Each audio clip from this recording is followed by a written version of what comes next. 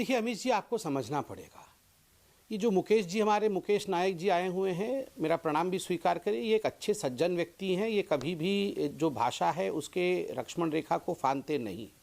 आज वो बाध्य हैं, पार्टी के प्रवक्ता हैं, उनको पार्टी का बचाव करना है, तो मैं उन पे आक्रमण व्यक्तिगत नहीं करूंगा। मगर आज कांग्रेस की परिस्थिति को, कांग्रेस की मानसिकता को समझना होगा।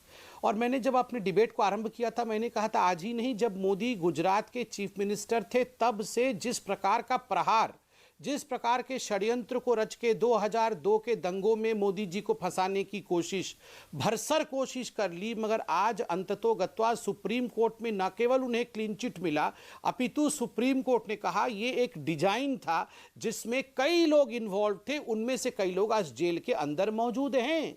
ये डिजाइन है, ये उसमें, इस डिजाइन के बीच में कभी गाली होता है रावण, कभी उसमें औकात दिखाने की बात होती है, कभी उसमें बात होती है डंडे से मारने की। राहुल गांधी ने बड़े स्पष्ट रूप से कहा था कि 6 महीने के अंदर आप देखिएगा प्रधानमंत्री नरेंद्र मोदी को लोग डंडे से उनके पीठ पर प्रहार करेंगे और मोदी जी गिर जाएंगे। तो मोदी जी ने बड़े ही विवेक के साथ, मुस्कुराहट के साथ, विनम्रता के साथ जवाब पार्लियामेंट में दिया था।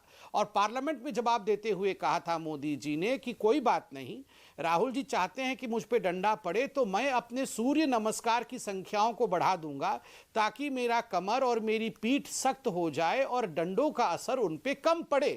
तो ये होती है विनम्रता, ये होता है उसको सहज भाव से लेकर उसका उत्तर देना। मगर मुकेश जी, आप एक विवेकी व्यक्ति हैं। जब ये नरेटिव फ्लोट किया जाता है कि अल्पसंख्यक खतरे में है इसलिए अब मोदी की हत्या होनी चाहिए, ठीक है, हो सकता है उसकी हत्या कोई कांग्रेस का व्यक्ति करने नहीं जाएंगे मोदी जी की, मगर ये कोई सरफिरा होगा देश में जो भड़क जाएगा ऐसी भाषण सुन के? किसी ना किसी को यह संदेश लग जाएगा कि अरे, देश के कुछ बड़े नेता कांग्रेस के हैं जो हत्या करना चाहते हैं, मैं चलो उसमें शामिल हो जाता हूं, मैं ये काम करके देखता हूं, है कि नहीं? 135 करोड़ के देश में कुछ ऐसे लोग अवश्य होंगे जो इन विषयों को गंभीरता से लेते होंगे और वो कुछ भी करने की क्षमता रखते होंगे। और जब ये भ्रामक स्थिति कि अल्पसंख्यकों की जीवन खतरे में है, आदिवासियों का जीवन खतरे में है। अमीश भाई, मैं एक विषय कहना चाहता हूं, आदिवासियों को लेकर जब पहली बार द्रौपदी मुर्मू जी देश की पहली राष्ट्राध्यक्ष, राष्ट्रपति बनी हमारे हिंदुस्तान की, इससे पहले कोई आदिवासी महिला या पुरुष इस देश का राष्ट्राध्यक्ष नहीं था, पहला सिटीजन नहीं था, मगर कांग्रेस पार्टी ने उस पर भी तंज कसा था। उन्होंने उन्हें राष्ट्रपत्नी कह दिया था कि ये तो राष्ट्रपत्नी है, और कोई ऐसा वैसा लीडर नहीं था। खुद LOP, लीडर ऑफ अपोजिशन, ने कहा, जिनको अभी तक हटाया नहीं गया है, कि वो राष्ट्रपत्नी है। और इनके एक बड़े नेता ने कहा ये तो देश का दुर्भाग्य है कि द्रौपदी मुर्मू जैसी एक आदिवासी आज हिंदुस्तान की राष्ट्रपति है। जवाब ले लेते हैं। वो तो किसी और देश को ऐसा दुर्भाग्य न मिले, उदित राज जी ने कहा था। जी, तो आप मुकेश नायक, इसका पॉइंटेड जवाब अल्पसंख्यकों को उत्तेजित करने की क्या बात थी? उसके अंदर यह कहना कि मतलब नरेंद्र मोदी को के लिए इस तरह के शब्द कहने की आवश्यकता क्या थी? क्या आपको लगता नहीं है कि कहीं ना कहीं उकसावे का काम कर रही थी कांग्रेस पार्टी के नेता? मुकेश नायक, देखिए, मैं डिबेट को, अमीश भाई, मैं डिबेट को उस दिशा में नहीं ले जाना चाहता, क्योंकि ये ऐसा ही होता है कि हमारी डिबेट भटक जाती है और कहीं से कहीं हम पहुंच जाते हैं। यही विषय जो है। राहुल गांधी जी ने, राजा पटेरिया ने जो बोला वही विषय है। अल्पसंख्यकों का जीवन खतरे में है, संविधान बचाना है तो मोदी की हत्या के लिए तत्पर रहो। क्या खतरे में अल्पसंख्यक, बताइए ना। मैंने पहले कह दिया उनका व्यक्तिगत, मैंने पहले कह दिया कि वो उनका व्यक्तिगत बयान है। उसके बाद जो भी पूछना है आप उनसे पूछे कि कहां खतरे में। मैं तो केवल ये कहना चाहता हूं कि राहुल गांधी जी के जिस बयान की चर्चा माननीय संबित पात्रा जी कर रहे हैं, आपको अल्पसंख्यक खतरे में दिखते हैं देश के अंदर? एक सवाल का जवाब दीजिए, आपको अल्पसंख्यक देश में खतरे में दिखते हैं या फिर नैरेटिव बिल्ड किया जा रहा है? क्योंकि अभी आपके जो सीएम नए बने हैं सुखविंदर सिंह सुक्खू, वो कह रहे हैं हमने हिंदुत्व की विचारधारा को हरा दिया।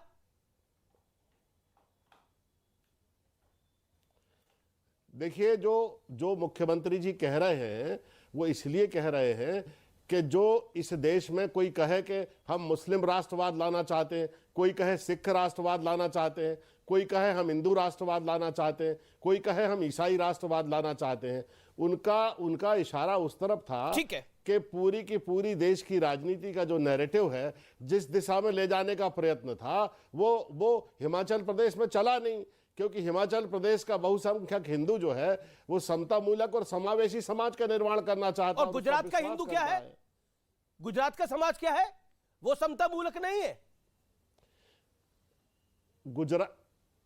गुजरात में बीजेपी जीती, इसके लिए उनको बधाई। लोकतंत्र में जनता जिसको सपोर्ट करे उस निर्णय को सही माना जाता है। मैं जवाब ले लेता हूं, मैं जवाब ले लेता हूं। नहीं करना चाहता। ये नैरेटिव बिल्ड करने की कोशिश संबित पात्रा जो हो रही है कि हिंदुत्व की हार हो गई है हिमाचल में और अल्पसंख्यक खतरे में है, इसलिए मोदी की हत्या के लिए तत्पर रहो। जवाब संबित पात्रा, ये नैरेटिव बिल्डिंग क्या है? 2024 से पहले कोई आज से नहीं बनाया जा रहा है। नहीं, आप सोचिए, केवल शब्दों का हेरा फेरी करिए और व्यक्ति बदल दीजिए। जो आज यहाँ राजा पटेरिया ने कहा है, उन्होंने कहा अल्पसंख्यकों का जीवन जो है वो खतरे में है। वो आज से अनेकों वर्ष पहले सोनिया गांधी ने कहा था मोदी मौत का सौदागर है। और किस प्रकार से इस विषय को पूरी कांग्रेस पार्टी के जो बड़े नेता थे उन्होंने देश के कोने कोने तक पहुंचाने की कोशिश की कि मोदी मौत का सौदागर है। मगर उसका नतीजा गुजरात में और उसका नतीजा पूरे हिंदुस्तान की राजनीति पर क्या रहा वो आपने देखा, क्योंकि ये जनता जनार्दन है। ये अल्पसंख्यक, ये बहुसंख्यक, ये जैन, ये क्रिश्चियन, ये सिख नहीं है। 80 करोड़ जनता को जब राशन मिलता है तो वो लोग मोदी जी क्या हैं क्या नहीं है अच्छे से जानते हैं। जब 135 करोड़ लोगों को 3 डोज मिलता है वैक्सीन का, जिस वैक्सीन को इसी कांग्रेस पार्टी ने मोदी वैक्सीन कहा था, बीजेपी का वैक्सीन कहा था, इसी कांग्रेस पार्टी के लोगों ने कहा था कि ये जो वैक्सीन है इसमें गाय का खून मिला हुआ है, इसे नहीं लेना चाहिए। उसके बावजूद मोदी जी ने देश के 135 करोड़ लोगों को वैक्सीनेट किया।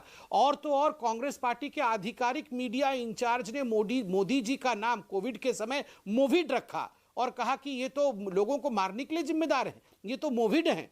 आप सोचिए मोदी जी के प्रति घृणा का स्तर क्या था।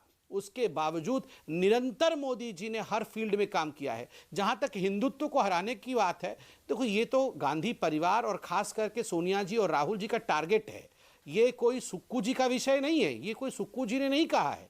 ये राहुल जी और सोनिया जी को प्रसन्न करने के लिए, क्योंकि जिस राहुल जी ने कहा था हाँ हम मुसलमानों की पार्टी है, जिस पार्टी में सोनिया जी के कहने पर कहा गया कि संसाधनों पे पहला अधिकार अल्पसंख्यकों का, मुसलमानों का है, तो स्वाभाविक है वहां हिंदुत्व को हराने की बात कोई बड़ी बात नहीं है। जिस पार्टी ने भगवान राम के अस्तित्व को नकार दिया हो, जिस पार्टी ने कहा हो राम का तो अस्तित्व ही नहीं है, उनके लिए हिंदुत्व को हराने की बात, हिंदुओं को हराने की बात और हिंदुओं को आतंकवाद के साथ कंपेयर करने में राहुल गांधी ने कोई कोर कसर नहीं छोड़ा है।